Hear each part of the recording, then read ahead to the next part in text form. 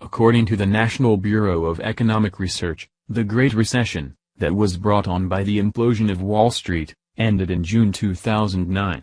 What we've been in since that time is supposed to be the recovery part of the cycle. But for tens of millions of Americans, it has been hard to tell the recovery from the crisis in terms of wealth accumulation, wage growth, or ability to earn a decent rate of interest on savings. On Friday, the Commerce Department released second quarter gross domestic product data, showing that the U.S. economy grew at a 1.2% annual rate. That tepid number came on the heels of an anemic 0.8% rate of GDP growth for the first quarter. It has now been more than a decade since the U.S. economy grew at an annualized rate of 3% or better, the longest subpar growth stretch since the end of World War II. Long stretches of anemic performance suggest that a cyclical situation may have given way to a secular or long-term trend. As a result, we are seeing the word secular stagnation used increasingly to describe the U.S. economy. One of the first individuals to go on television and attempt to knock down the rosy spin on the recovery was Steve Ricciuto, chief U.S. economist at Mizuho Securities USA. In February of 2015, Ricciuto told a CNBC audience the following. "There's also this wrong concept that I keep hearing over and over again in the financial press about this acceleration in economic growth. That isn't happening. Last month we had a horrible retail sales number. We had a horrible durable goods number. We're likely to have a very disappointing retail sales number coming forward. This month we've had a strong payroll number. We say everything's great. It's not great. It's running where it's been. It's been the same thing for the last 5 years. There's no improvement in the economy. We've had throughout this recovery an approximate 2% rate of growth. Now, averaging together the first and second quarters of 2016, we have half that rate of growth, 1%. Former U.S. Treasury Secretary Larry Summers, whom President Obama attempted to muscle in as Federal Reserve Chair, thwarted by threats of revolt by congressional Democrats, has been writing about secular stagnation. In the February issue of Foreign Affairs, Summers had this to say. The key to understanding this situation lies in the concept of secular stagnation, first put forward by the economist Alvin Hansen in the 1930s. The economies of the industrial world, in this view, suffer from an imbalance resulting from an increasing propensity to save and a decreasing propensity to invest. The result is that excessive saving acts as a drag on demand, reducing growth and inflation, and the imbalance between savings and investment pulls down real interest rates. When significant growth is achieved, meanwhile, as in the United States between 2003 and 2007, it comes from dangerous levels of borrowing that translate excess savings into unsustainable levels of investment, which in this case emerged as a housing bubble. Summers was part of the financial deregulation SWAT team in the Bill Clinton administration that took an axe to the Glass-Steagall Act that had successfully separated insured bank deposits from the greedy hands of Wall Street speculators for 66 years. He was also part of the bullying crowd that protected derivatives from regulation. Both of these actions would lay the groundwork for the biggest Wall Street crash since the Great Depression in 2008.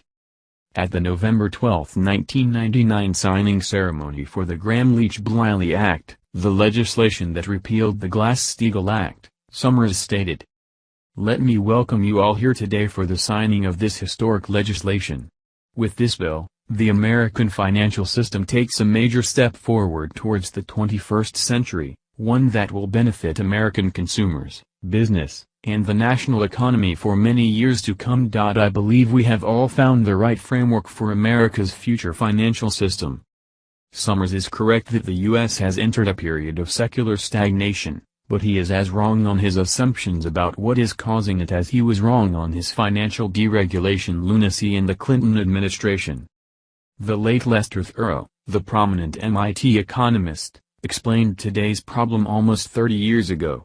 In a foreword Thurow wrote in Ravi Batra's book, The Great Depression of 1990, Thurow explained the economic dilemma of a society in which vast wealth is concentrated in too few hands. Thurow wrote, Depression is seen as a product of systematic tendencies for the distribution of wealth to become concentrated among a few. When this happens, demand eventually sags relative to supply and long cyclical downturns commence. Unlike some cyclical analysts, Batra believes that such cycles are not inevitable and can be controlled with social policies essentially designed to stop undue concentration of wealth from developing. Essentially, the economic problem is like that of the wolf and the caribou. If the wolves eat all of the caribou, the wolves also vanish. Conversely, if the wolves vanish, the caribou for a time multiply, but eventually their numbers become too great and they die for lack of food.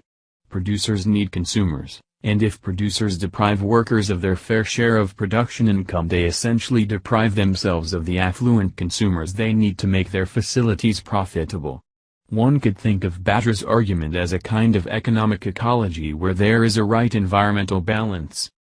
The depression that Batra wrongly had in mind for 1990 has become the secular stagnation of today. Its roots, beyond question, stem from concentrated wealth. Equally problematic, you are not likely to be reading about this in front-page newspaper headlines because the billionaires now own the major news outlets. In the United States, almost 70% of GDP stems from consumption by the consumer. When workers are stripped of an adequate share of the nation's income and wealth, they are crippled as consumers. This leads to corporate downsizing, planned closures, layoffs, which leads to even less consumer spending and a repetitive downward spiral. This downward spiral has been slowed by 3 rounds of quantitative easing by the Federal Reserve and a more than doubling of the national debt. Had this massive flow of money not cushioned the fall, we would likely be staring in the face of raging deflation rather than secular stagnation. But the money spigot cannot remain open forever. The staggering amount of money that the federal government has thrown at a financial crisis manufactured by Wall Street speculators is unprecedented in the history of the country.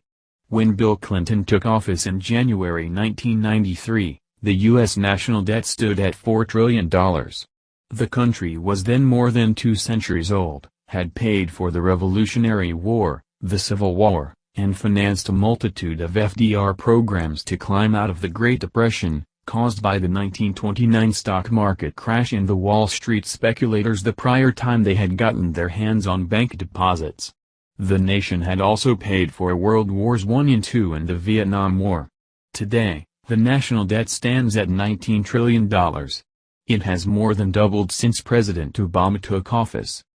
Reforming Wall Street and its institutionalized wealth transfer system that operates unabated as a result of the repeal of the Glass-Steagall Act needs to happen very soon before secular stagnation gives way to something far worse.